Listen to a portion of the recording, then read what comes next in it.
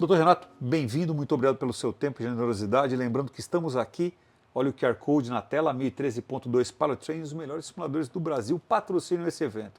Obrigado de novo pelo tempo, generosidade e pelo seu brilhantismo. Dando aquela luz sobre o direito para nós, pequenos mortais. Prazer, Rafael. Para mim é um grande prazer estar aqui dividindo cabine contigo. Uma pessoa assim conhecida, iluminada, que ajuda tantos antes da pandemia, aí, ajudando a tirar dúvidas, enfim, a quem está buscando a carreira da aviação. E eu também tento com o meu trabalho colaborar aí com os aeronautas, com os pilotos e com os comissários a ajudar no que for necessário. Renato, onde que se cruzam esses dois pontos? O seu trabalho de advogado com a aviação? Onde é que aconteceu essa trombada, no bom sentido? A aviação começou, para mim, desde criança. Eu sou mais um picado pelo mosquito da aviação. Desde criança, sempre fui envolvido com os aviões. Eu tinha tenho um cunhado que era piloto da Varig, e meu pai também, por questões profissionais, viajava semanalmente. E acabava que, para mim, era dois corações quando ele tinha que viajar no domingo. Porque aí eu aproveitava em Porto Alegre para ir no aeroporto levar ele para viajar. E acabava que eu ficava, óbvio, horas observando ali as operações de Porto Alegre. Então isso, para mim, já criou a paixão da aviação. E ainda tendo meu cunhado, que primeiro foi da Varig, depois foi para a Webjet, também tinha toda uma relação que, para mim, despertou na aviação. E, como todos, avancei em Flight Simulator, e, enfim, toda a paixão que envolve. Só que, por razões da vida, eu acabei, nas duas oportunidades que eu pensei em ingressar na aviação, uma foi em 2006, que cruzou diretamente com o fim da Varig, e aquilo acho que eu fui um dos que foi um balde de água fria, porque além de ser piloto, o sonho era ser piloto da Varig. Então ali deu uma pausa na minha pretensão e eu já estava ali na iminência de entrar na universidade e acabei optando pelo direito. Após isso, teve na época, ali pelos anos 2010, de uma tentativa de voltar. Eu frequento desde essa época o Aeroclube de Canela, no Rio Grande do Sul. E nessa época eu pensei em voltar a voar, voltar às carteiras, enfim. Mas novamente o mercado deu uma estremecida e, enfim, cheguei à conclusão que era o fim da minha pretensão de voar como profissional. Só que, nesse mesmo momento, houve uma busca. Eu já atuava como advogado, já tinha o escritório, e houve uma busca dos aeronautas me buscando como profissional da advocacia. E eu comecei a me inteirar sobre a legislação, enfim, já era a área que eu trabalhava. E aí, a partir daí, eu comecei a unir a paixão da aviação com o meu trabalho. E hoje eu me dedico 100% à atuação para os aeronautas. Voltando no tempo de você menino, tá? Sim. Qual é a primeira imagem de avião que volta à sua memória? Minha primeira imagem... Como se fosse uma foto, tá? Tum. Sou eu meus avós moravam em Brasília, então sempre nas férias meus pais me despachavam para casa dos meus avós. E tem eu não me recordo se é 93 ou 92, que eu antes de embarcar eu pegava um voo de manhã para Brasília, em Porto Alegre, e tinha um 727 da Varig e um 737-200 do Braguinha, um do lado do outro. Essa é a minha imagem, assim, se me perguntar qual é a primeira lembrança que eu tenho de aviação, é essa lembrança que eu tenho. São esses dois aviões parados, assim. Muito bom gosto lembrar do 727, aliás, a gente fica muito feliz dessa lembrança, o wide body da aviação nacional. E nós vamos conversar um pouquinho agora em gauchês. Vamos lá. Para poder, bagual, mas como tu tá, tchê? Somos todos da... Mas vamos no Parcão. Exatamente, da Bora. capital do universo. Mas Porto tomar um Alegre. iogurte caseiro, gaúcho, tchê. Tomar Mas mate. né? Mas vamos tomar um matezinho, tchê. Mate Exatamente. quente, né? Exatamente. Exatamente. Uma costelinha amiga depois, vamos fazer? Um assado. Mas assim, tri legal. Tomar uma Já polada. passamos agora, já voltamos ao normal. Já. Vamos parar com o gauchês. Aliás, a linguagem universal do mundo, como todo mundo sabe, o pila, a moeda mais forte. estável do mundo, Exatamente. porque um pila sempre valerá um pila. E todos sabem que o Rafael tem tenho, sangue gaúcho, né? Lamentavelmente tenho, mas eu Exatamente. tenho o cartão do pasto, o Green Card gaúcho. Tô brincando, minha família é toda do Sul, a gente tem muito orgulho disso, tenho filha nascida no Sul, né? E tenho muito orgulho da trajetória do meu avô, especialmente. Tem um visto definitivo. Mas esse tem mesmo, né? Aliás, minha avó até hoje acha que, falecida já, acha que Getúlio Vargas andava sobre as águas e não estou de brincadeira mesmo. Ela jurava que viu Getúlio andando Há boatos. sobre um rio, e não é brincadeira não, eu achava mesmo. Se falasse com ela, ela ficava brava, não, eu vi andando mesmo. Bom, voltando às vacas frias. Você foi então do direito para o direito aeronáutico, atendendo os aeronautas. Que parte do negócio? Quando se fala em direito aeronáutico, existem pequenas divisões. Por quê? Fala-se em direito aeronáutico, as pessoas às vezes confundem, e falando do leigo, que só se resume a processar a companhia aérea por a mala extraviada, o voo que atrasou. E não. Nós temos distintas áreas que regulam a aviação como um todo. O direito que regula as normas de voo, as normas de aviação, as regras de constituição de empresas de aviação, aviação geral, aviação executiva, aviação, enfim, todos os ramos. E tem legislação específica para os profissionais da aviação, que é onde eu atuo. E existe a legislação civil que, enfim, atraso de voo, perda de bagagem, mal prestação de serviço por parte das companhias aéreas, enfim, o que envolve toda a parte do consumidor. E eu acabei me direcionando, que já era uma opção minha profissional à época, para o direito trabalhista. Então hoje eu pego uma fatia que envolve toda essa questão da contratação, dos contratos entre o aeronauta, que é o piloto, tripulação técnica e os comissários, e as companhias aéreas. Então, enfim, questões que envolvem as horas de trabalho, que envolvem os intervalos, que envolvem toda a regulamentação entre empregador e empregado. Geralmente, quando eles deixam as empresas, na sua grande maioria, ainda existem exceções, mas quando eles deixam as empresas, a gente acaba buscando algumas verbas que se entendem devidas. E ainda. O que pega? Onde é que o bicho pega? Onde é que você bota os caras no pau? A legislação hoje ela está vivendo uma transição. Inclusive, a gente teve uma decisão recente do Tribunal Superior do Trabalho, que é um dos temas principais dos aeronautas, que é a questão do adicional de periculosidade. O que é o adicional de periculosidade? Existe uma norma regulamentadora do Ministério do Trabalho que diz que todo profissional que tenha contato com abastecimento e combustível tem direito ao adicional de periculosidade. O que acontece? Os pilotos, quando fazem o cheque externo das aeronaves, eles estão diretamente expostos ao reabastecimento. Algumas empresas pagam esse adicional, outras empresas não pagam. O que aconteceu agora?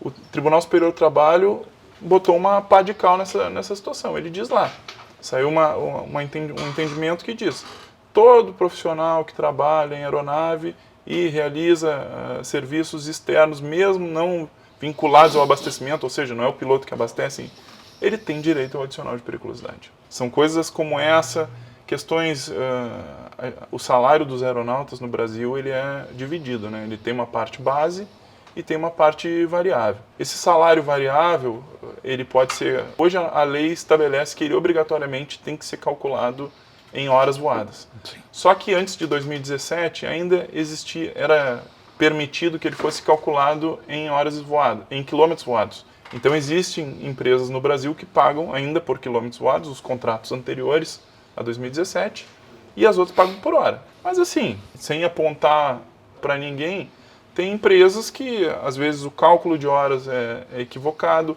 ou o cálculo de quilometragem não abrange horas que deveriam ser pagas sem estar sendo voada, porque se o aeronauta ganha o variável em quilômetro voado, quando ele está no solo, como é que fica essa hora?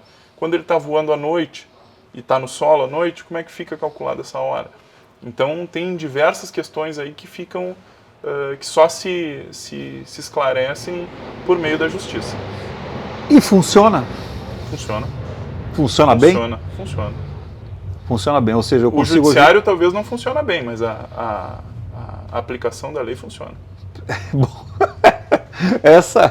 Tarda, mas não falha. Exatamente. Ela é demorada, é lenta. Exatamente. Mas, enfim, a gente tem que se apegar ainda nas garantias legais. Enquanto a gente tiver uma Constituição Federal que estabelece regras básicas, as que vêm orbitando em torno da Constituição, elas têm que respeitar a Constituição Federal. E a Constituição Federal tem artigos que envolvem o direito do trabalho e que resguardam direitos ao trabalhador. Então, Qual foi a causa mais complicada que você pegou?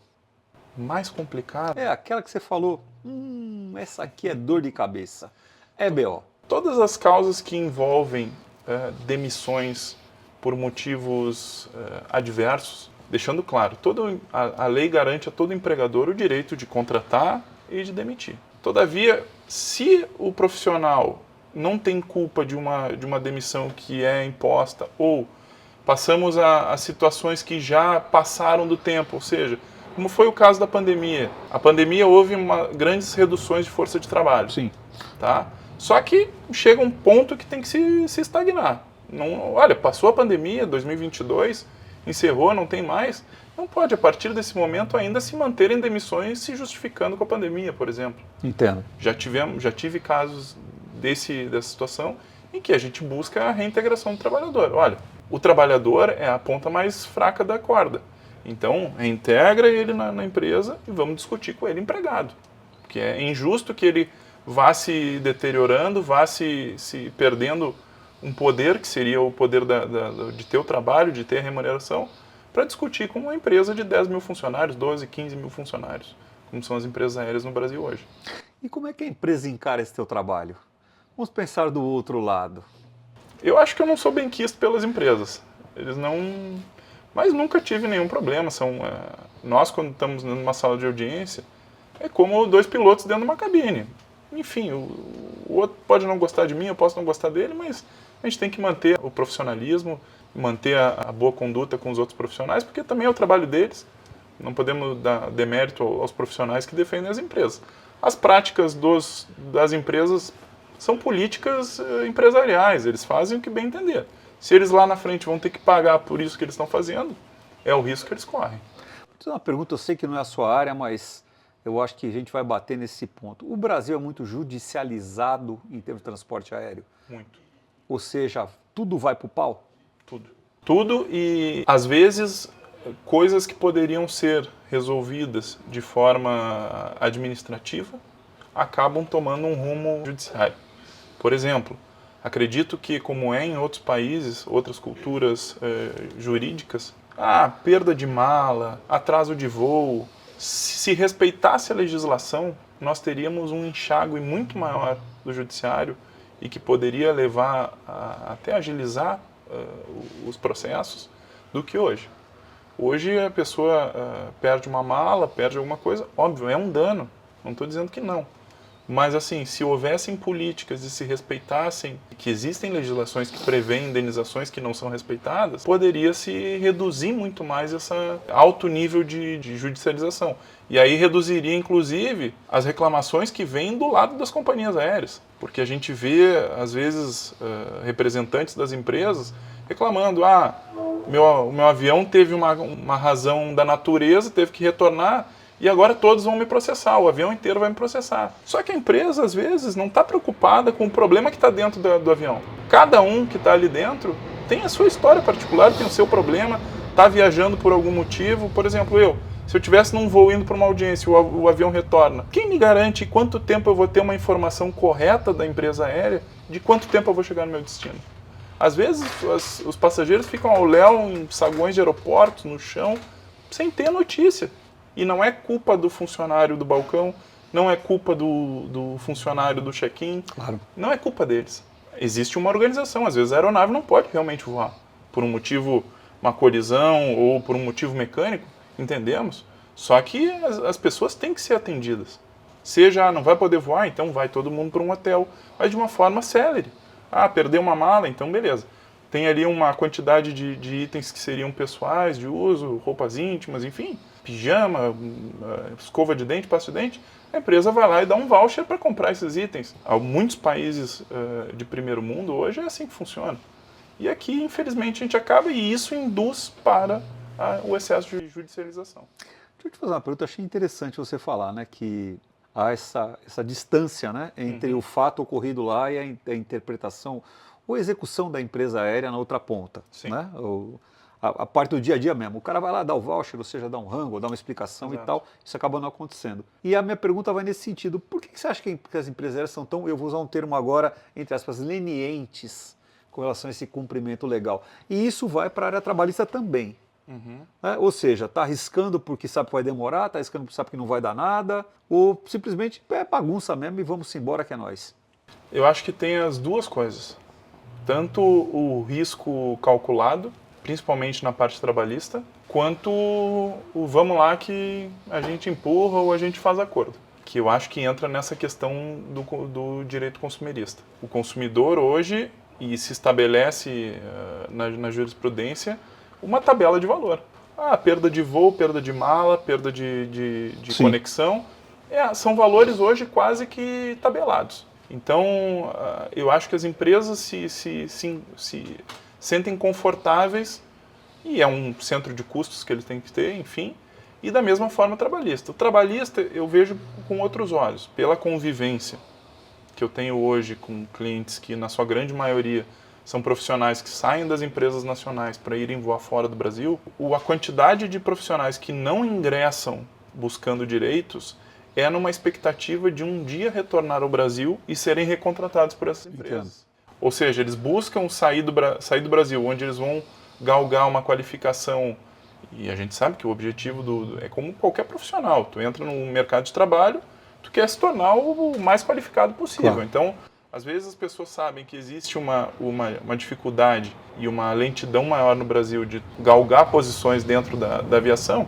que eles acabam migrando para outros países onde essa evolução vai ser mais rápida. Falando em palavras mais fáceis, eles vão galgar uma posição de comando, de comandante, muito mais rápido que se eles ficarem no Brasil. Só que esse retorno para o Brasil como comandante, infelizmente, eu não sei se tu conhece, Rafael, mas eu conheço muito poucos que conseguem fechar esse ciclo, de voar fora e terem uma oportunidade de ingressar nas empresas brasileiras já como comandante. Eu acho que não é muito interessante voltar, eu não vou falar que a vaga não exista, mas eu acho que esse caminho de ida eu vou fazer um exemplo tosco, né? Eu sou corintiano, e toda vez que você vê o Corinthians jogar, é um amor que fica e nunca mais sai. Mesmo que você tente mudar, você não consegue se dissociar disso. É triste. Eu acho que o cara que sai para fora do Brasil, ele acaba enxergando, primeiro, que o mundo é muito maior que esse aqui. E segundo, que as chances são muito boas. O que eu acho que vale, em termos de sugestão para os nossos colegas, é o seguinte, é o cara entender que ele não é da empresa X, Y ou Z. A empresa do piloto é como do advogado. A sua empresa é você. Exatamente. A minha empresa sou eu. Né? Então eu estou me vendendo, entre aspas, para quem me dá condições melhores de trabalho, quem me paga melhor, quem me dá um pacote maior de benefícios. E quando eu sair, não ficarei triste, a empresa não ficará triste. Exatamente. É sempre uma relação comercial que se encerrou, um ciclo se fechou e vamos procurar outro melhor, porque vai ter outro melhor sempre. Então eu acho que a dificuldade é essa, você lidar com outra cultura e enxergar um pouco o mundo. E isso é uma característica do brasileiro. Hoje a gente está enxergando, a gente está olhando muito para dentro, olhando muito pouco para fora. Sim. Né, em todas as áreas. Né? Então, eu acho que essa possibilidade de você sair e falar assim, pô, caramba, aqui. É que nem você. Amanhã eu viro para você e falo, pô, se embora para Harvard, você vai dar aula lá. Você vai dizer, não vou? Vai falar, tô indo, que hora que é o avião? Exatamente. Né? E o dia que você entrar em Harvard, você vai olhar e falar assim, olha, eu tô te convidando para dar aula aqui na faculdade de Turupatundu. Você vai falar, porra, bicho, tô em Harvard, velho. Sim. Né? Agora fica ruim, né, de dar esse comeback aí, já foi, né? Já quebrei essa barreira. Essa é a minha opinião. Eu vou dar uma volta na conversa de 180 graus. Você falou do Clube de Canela. Exatamente. Como é que está o Clube de Canela hoje? O Aeroclube de Canela hoje enfrenta uma zona muito turbulenta. Primeiro porque, para configurar, Canela já é um local de turismo, mas que para a aviação ela tem algumas questões meteorológicas muito delicadas. Canela fecha e abre ao seu para colocar para quem não conhece, né, é um lugar de serra. Isso, é como o Campos do Jordão, né, é um lugar mais frio, um lugar mais alto, tem mais nevoeiro e tal, e o charme do local é essa característica mais europeia. Exatamente. Confere? Isso aí. E é uma cidade que é vizinha de Gramado, ou seja, com toda a questão turística.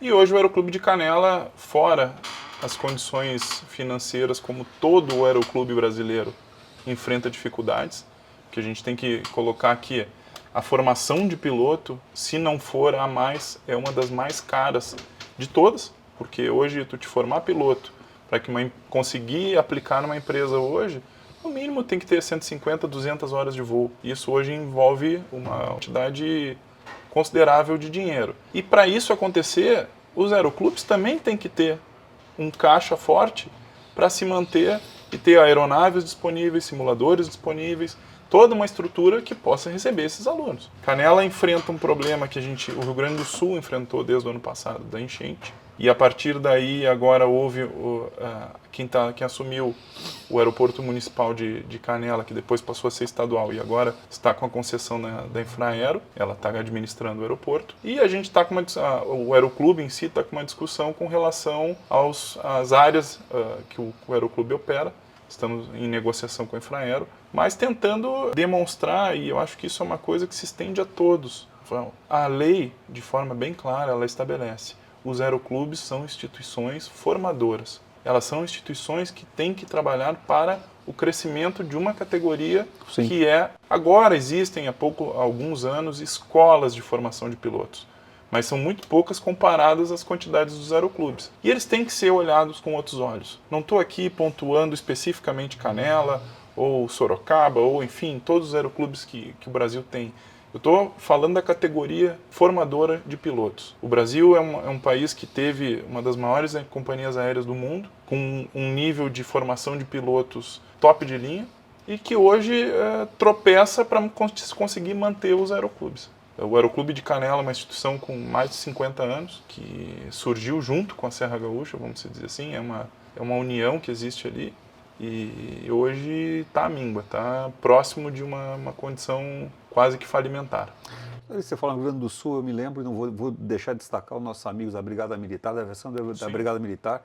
Eu me considero um brigadiano ali, honorário, né? Tenho muito carinho pelo Major João Marcelo, pelo Sargento Maier, né? Vou visitá-los novamente, ver os aviões novos que receberam lá. Então, que a gente vai lá, a gente é muito bem recebido e são guerreiros mesmo, né? Eu vi o que eles fizeram nas enchentes, aquele episódio lamentável, o João Marcelo mostrou pra gente, e foi coisa de guerreiro mesmo, foi coisa que a gente conversa e não acredita. Hoje, infelizmente, nós temos que falar de forma recorrente. As enchentes novamente, infelizmente agora nessa semana que a gente está gravando, estão acometendo o Rio Grande do Sul, e isso só demonstra a pujança de quem não tem a opção de não ir. Ou seja, a Brigada Militar, ela é uma das instituições hoje, junto com a Polícia Civil, que também faz um trabalho de resgate. Eles estão, sem medir esforços, com todas as aeronaves que são disponibilizadas, junto com o governo do estado. Enfim, não estou aqui para falar se é um governo bom ou se é um governo ruim, quem gosta ou quem não gosta. Estou falando que eles são os primeiros a não terem opção. Eles vão decolar e vão salvar quem puder. E esse trabalho, nas condições que eles têm feito, é de total destaque, total mérito para quem está lá fazendo esses voos. Lembrando, a gente sempre bate palma, porque ele arrisca a vida salvando o que ele não conhece, né? Exatamente. Ele está arriscando a vida para me salvar, para te salvar, sem me conhecer, sem saber quem eu sou, simplesmente pelo dever de salvar. Então a gente bate palma. O ano passado, eu acho que o ano de 2024, a gente tem que dar um destaque especial para também os outros estados que foram com aeronaves, com efetivo, e outros locais, como existe um aeroporto que fica próximo de Porto Alegre, na cidade de Viamão, que se disponibilizou também a receber aeronaves sem custo, a ajudar nessa logística, que foi a operação de 2024. Torcemos que em 2025 isso não seja necessário, esteja aí se encerrando essa fase de chuvas, para que não precisemos rever essa situação. Nosso querido Horski, perguntas para o doutor. Qual foi o caso mais estranho que alguém já te procurou para atender na aviação? Mais você fala, meu Deus do céu, o que a pessoa está querendo com isso? Assim, sem lógica nenhuma, assim, fora da realidade. Fora da realidade? Poxa vida, isso é complicado, porque para mim os pilotos geralmente eles têm uma história real. Eles já vêm com um trabalho prestado. Mas assim, muitos querem, e infelizmente isso é uma coisa que a gente tem que conversar, porque eles vêm com aquela expectativa de: eu trabalhei 20 anos nessa empresa e eles simplesmente me chamaram numa salinha e me mandaram embora. Eu quero entrar com um dano moral de 1 milhão, eles têm que pagar o que eles estão me ferindo aqui. E às vezes a gente tem que acalmar esse momento crítico. E eu sempre digo que a minha primeira intervenção, meu primeiro contato com os clientes é no pior momento. Às vezes é o pior momento da vida deles.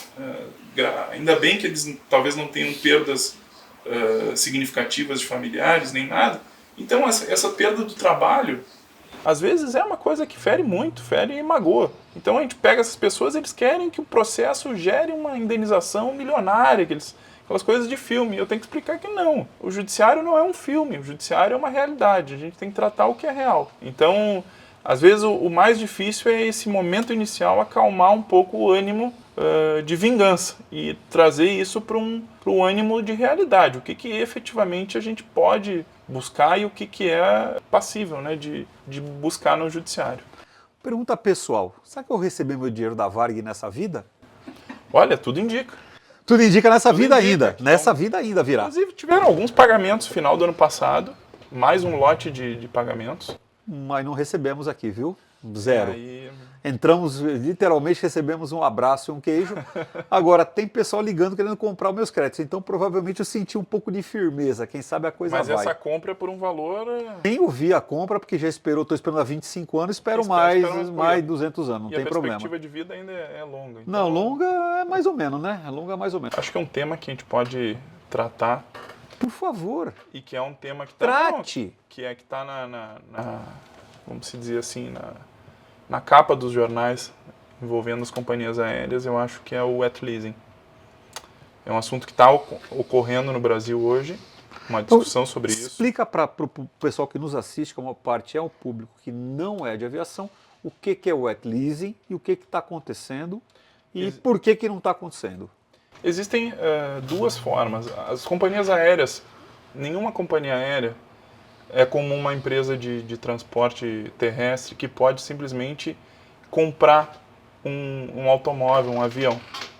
Ela não pode simplesmente chegar, vou na concessionária da Boeing e vou comprar 10 aviões e vou pagar. Não. Existe um mercado da aviação que envolve bancos e envolve leasing. Então, as aeronaves vêm para as companhias aéreas, na sua grande maioria, no formato de leasing. Só que, o que acontece? Isso é de conhecimento da legislação brasileira, é permitido. Essas aeronaves chegam no Brasil, elas são, assim, falando de uma forma bem clara, elas são emplacadas no Brasil. Nacionalizadas. Não nacionalizadas, recebem prefixo brasileiro, estão registradas no Registro Aeronáutico Brasileiro, são operadas por pilotos brasileiros, tripulantes, comissários, enfim. Respondem a todo o cronograma de manutenção exigido pela lei brasileira. Isso é o leasing das aeronaves. O que acontece? No mundo, fora do Brasil, existe um mercado que se chama wet leasing, que é o quê?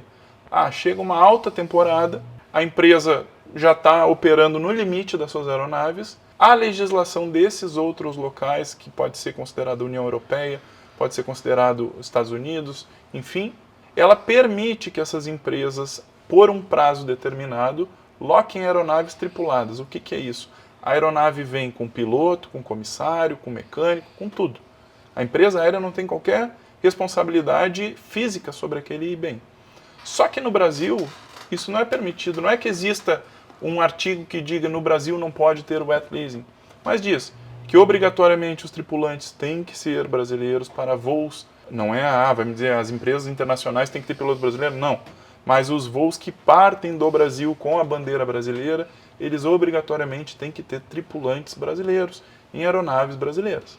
Só que aí, como nós estamos no Brasil, surgem os puxadinhos. Então vai lá e se faz um puxadinho de curto prazo, se faz um puxadinho. E a lei, se nós formos analisar, ela só permite tripulantes estrangeiros em caso de treinamento, ou seja, e por um prazo determinado. Então o que está acontecendo hoje, e que a gente viu diversos problemas, inclusive mecânicos dessas aeronaves que estão operando de wet leasing, são coisas que não poderiam estar acontecendo. No meu ponto de vista, e falando particularmente o Renato, para mim não poderia estar acontecendo. Nós temos uma gama interminável de aeronautas prontos para trabalhar, nós temos aeronaves, a companhia tem aeronaves que poderiam estar fazendo esse voo, e da mesma forma, se nós fizermos um paralelo, existem empresas de wet leasing muito próximas que estão com tripulantes brasileiros. Então que se sente, se converse, se essas empresas de wet leasing que vão prestar serviço temporário sejam obrigadas a ter mão de obra brasileira, registrada no Brasil. Não é que eu seja contra o formato, mas eu sou contra o estrangeiro está tomando mão de obra que poderia ser brasileira num momento que está sobrando mão de obra. Tem piloto brasileiro sobrando. Tem gente sobrando e gente muito boa, muito qualificada. Então é nesse sentido. O wet leasing, ele está voando em zona turbulenta. Ele não Foi está... ajuizada alguma ação com relação a isso ou está deixando vamos que é nós? O Sindicato Nacional dos Aeronautas está tomando já medidas jurídicas. Eles têm um poder de responder por toda a categoria dos aeronautas empregados na aviação. Então eles estão tomando algumas atitudes, mas por enquanto nada ainda nem que tenha obtido esse resultado e nem ainda que tenha qualquer decisão ainda que... Ou seja, estamos no limbo. Exatamente. Literalmente estamos no limbo. Infelizmente. Entendi. E é assim, eu como alguém que defende o direito do trabalhador e sem excessos, eu considero que na quantidade de mão de obra que o Brasil tem, de pilotos e comissários, se torna quase que inadmissível estarem vindo pilotos voarem de fora aqui dentro do Brasil. Porque fora falta. Fora, na Europa, alta temporada na Europa, falta piloto.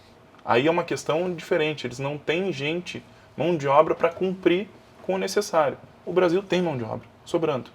Então que se busquem mais equipamentos e botem esses brasileiros para voar. Entendo. Porque fica aquela coisa também, né, Falto? Imagina, tu tá lá galgando dentro de uma companhia aérea, tua posição, teu crescimento, tu tá há anos lá, e na hora do voo internacional que acaba sendo o que todos buscam, todo mundo quer sentar numa cabine e fazer um voo internacional, todo mundo viveu esse sonho.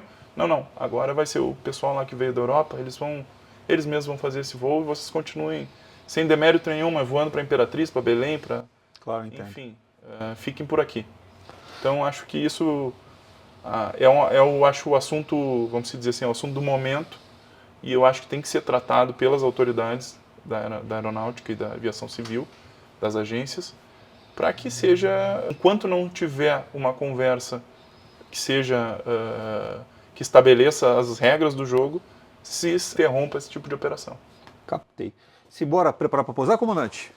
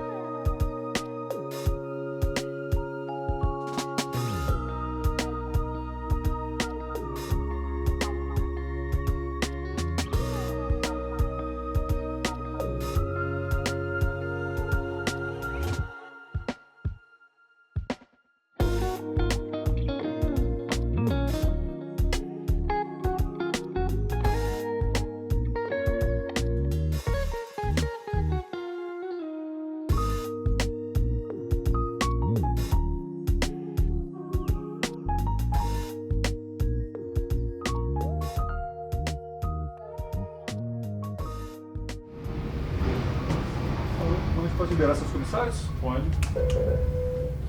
Renato, obrigado por estar com a gente, pela generosidade, pelo seu tempo, pelo seu brilhantismo. E como é que a gente encontra o Dr. Renato?